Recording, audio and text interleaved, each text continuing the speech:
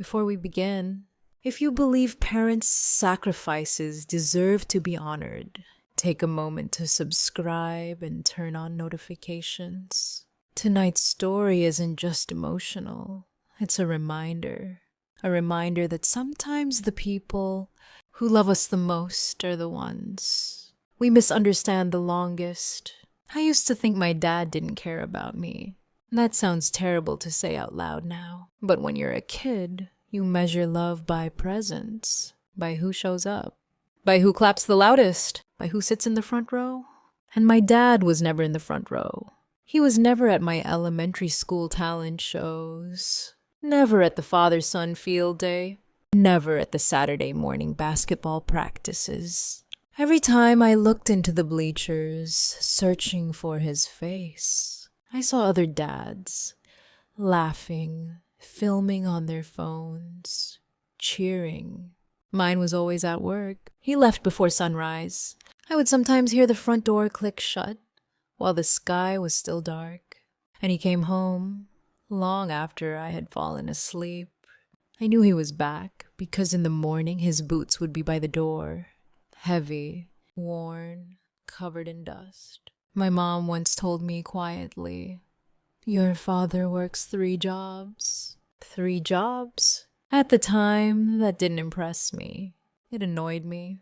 Because in my mind, if he really cared, he would find a way to be there. When I was 8, I waited by the window almost every evening. I remember pressing my small hands against the glass, watching headlights pass, hoping one of them would stop in our driveway earlier than usual. Sometimes I imagined him surprising me, walking in with a smile, saying he took the night off just to play with me. That never happened. By the time I turned 13, I stopped waiting at the window. I told myself I didn't need him like that. I told myself I was stronger than other kids. But the truth? I was just disappointed. In high school, I started noticing things that didn't make sense. We weren't rich. Not even close. My clothes were simple. My sneakers were old. Our car made strange noises every winter. But somehow, whenever I needed something important, it was there. When my school required a laptop, my dad handed me a box one evening before rushing back out the door. He didn't even stay to see me open it. He just said, "For your classes," and left. When SAT prep courses were offered, my mom signed me up without hesitation. When my basketball coach said I needed new shoes if I wanted to avoid injuries, a pair appeared by my bedroom door 2 days later. I never asked how. One night, when I was about 16, I walked into the kitchen at around 2 in the morning. I couldn't sleep. The house was quiet except for the hum of the refrigerator, but the kitchen light was on. My dad was sitting at the table. There were bills everywhere. Papers, envelopes, a small calculator, and that little worn-out notebook he always carried in his jacket pocket. He looked exhausted, not just tired, drained. His eyes were red. His hands moved slowly as he wrote numbers down, erased them, then wrote them again. I stood in the hallway watching him. He didn't see me. At one point, he took off his glasses and rubbed his face. With both hands, like the weight of the world was sitting on his shoulders. I could have walked in. I could have asked if he was okay. Instead, I went back to bed. And the next morning, when he asked how school was, I shrugged and gave him one-word answers because I was still angry. The worst moment between us happened when I was 17. College acceptance letters had started arriving. I got into a good university. Not the best in the country, but good enough to change my future. It was expensive. I knew it. My mom knew it. And I think my dad knew it before any of us said it out loud.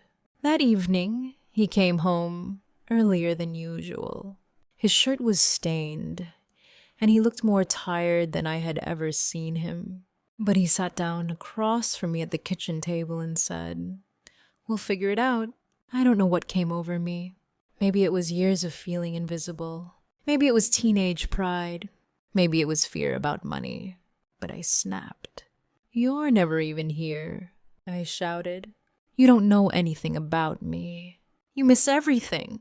And now you want to act like some hero. The silence that followed felt heavy. My mom looked shocked. My dad just stared at me. He didn't raise his voice.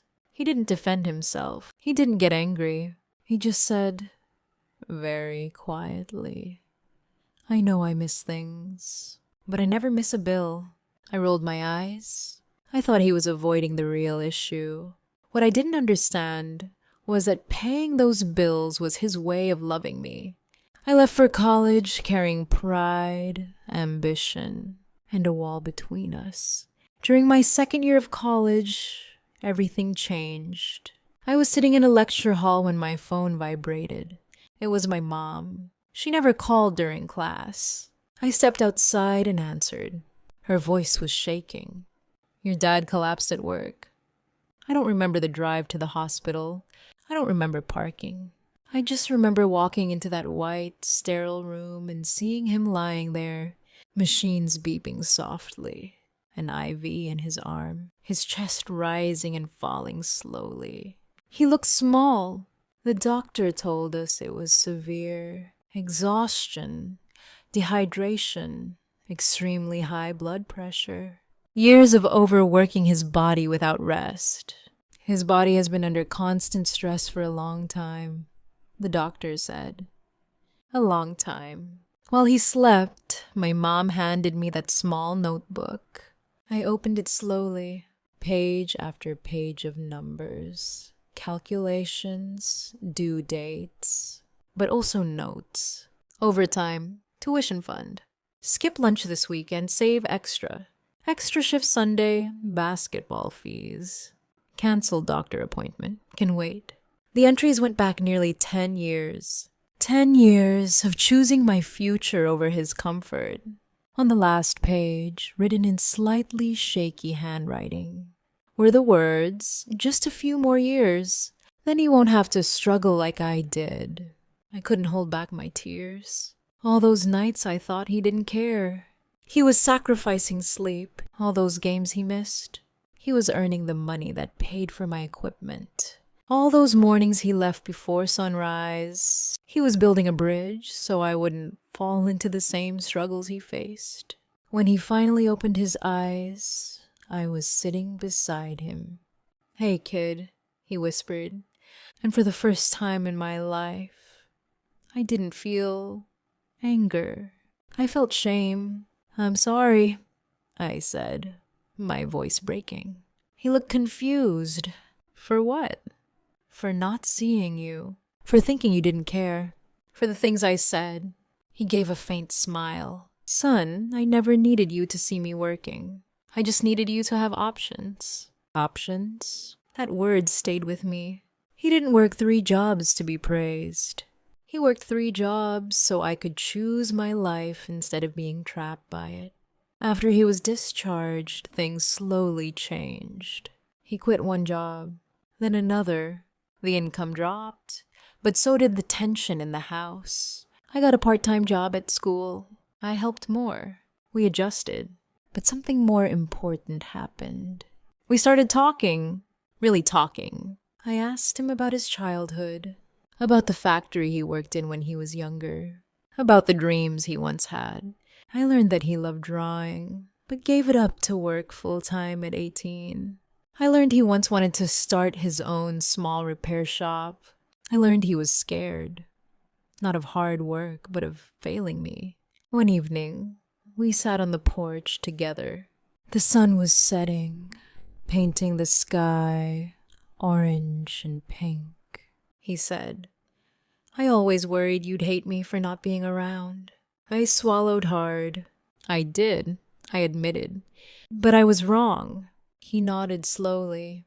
I didn't know how to be both provider and present. So I chose provider. That honesty broke something inside me, in a good way. Years later, after I graduated and got my first stable job, I brought him a small gift. A box wrapped simply. Inside were a pair of high-quality work boots. He laughed. Mine are fine. They're falling apart, I said. The next morning, he wore the new ones. He tried to act casual, but I saw him glance down at them more than once, a small smile on his face. Today, when I think about love, I don't picture grand speeches or dramatic gestures. I picture a man sitting at a kitchen table at 2 in the morning, choosing which bill to delay so his son can chase a dream. I picture hands cracked from labor, still strong enough to hold mine in a hospital room. I picture quiet sacrifice. If you still have your parents, don't wait for a hospital room to see them clearly. Look at their tired eyes. Notice their routines. Ask about their past. Thank them while they can still hear it. Because sometimes love doesn't look soft. Sometimes love looks like 3 jobs, sleepless nights, and a notebook full of sacrifices no one else ever sees. If this story touched you even a little, call your parents today. Tell them you understand. Tell them thank you. And if you believe stories like this matter, stories about real love, quiet sacrifice and second chances, subscribe and stay with us. Because some stories don't just entertain, they remind us who we are.